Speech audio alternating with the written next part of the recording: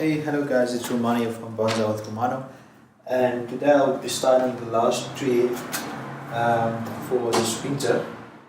And I think this was going to be the last one because any tree that's I'm going to start now is not going to have enough time to recover. And as you can see with this tree, it's a smaller tree that's actually just grown in front of this tree. And I don't want to remove this tree from that tree because obviously if I remove this tree now I'll be damaging the roots of the bigger tree, the one that I actually want. So I've just been pruning this tree back every now and then. As you can see, there's quite a lot of previous cuts. We have cut this tree, and maybe one day when I repot this tree I can work on the smaller one as well. Just remove this so that we can actually see the bigger tree.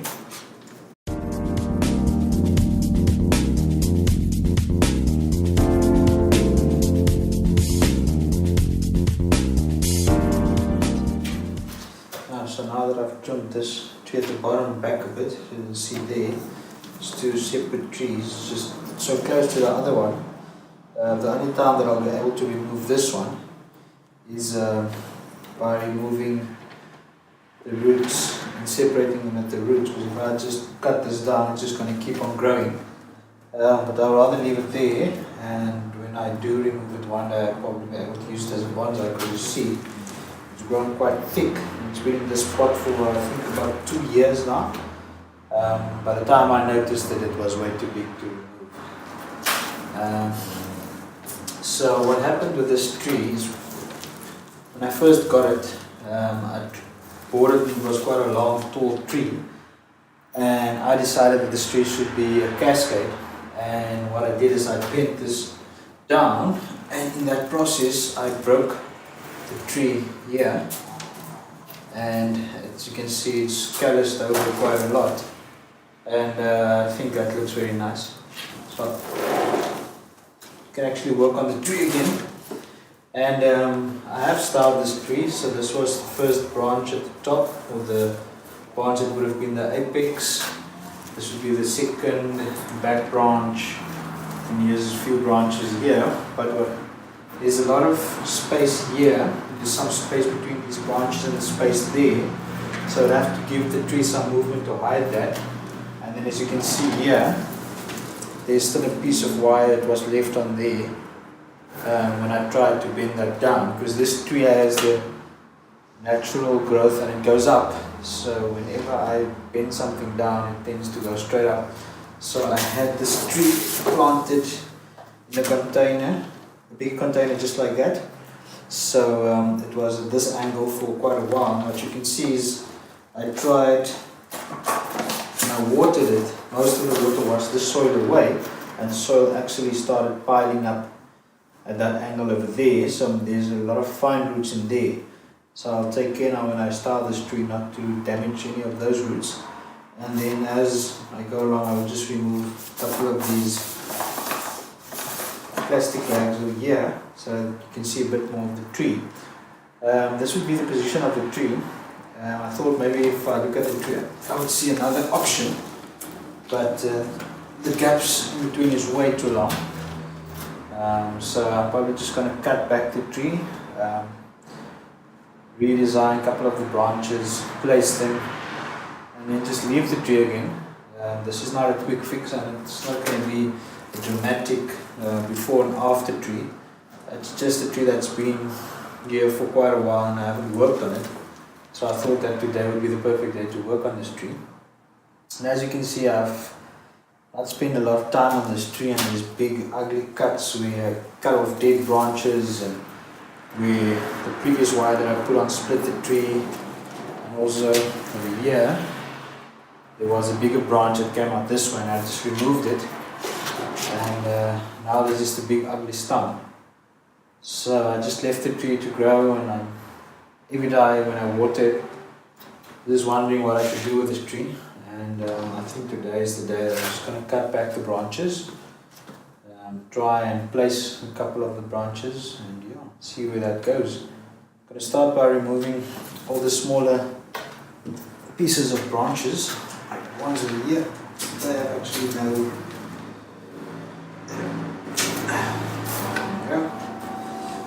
There's a couple of small ones here, and this one over here. It's just to open up the tree a bit more. There's a small one over here, that's not going to do anything.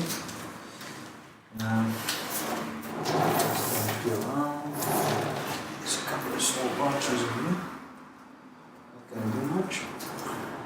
There, there.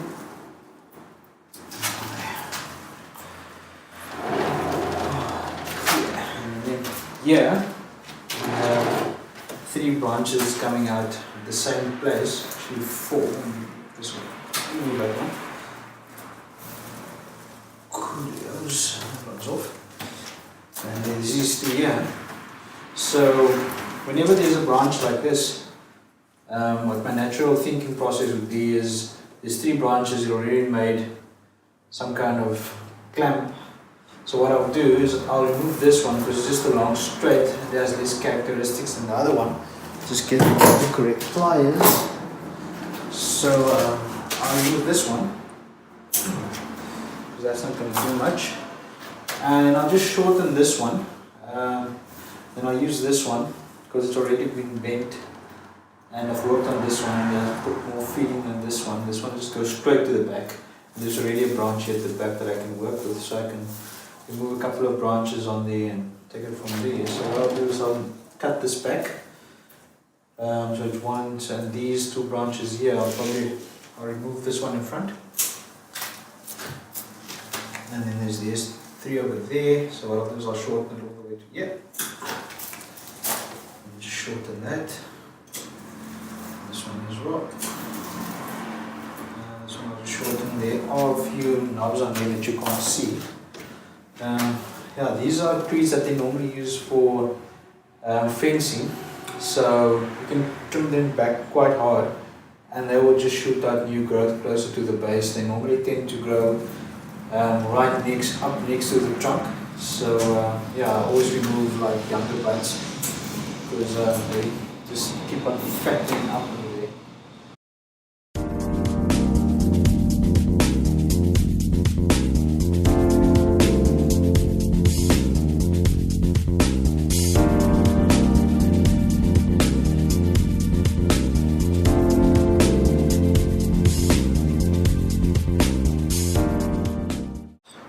Leave this branch just to grow out a bit more, to fatten up, and what I'll do is I'll remove this one completely because it's going into the wrong direction and I want this callus over before anything else. So I have right, left, and just bend that over that way. Something there. As you can see, I removed quite a lot of the branches because I wanted to bud back a bit more.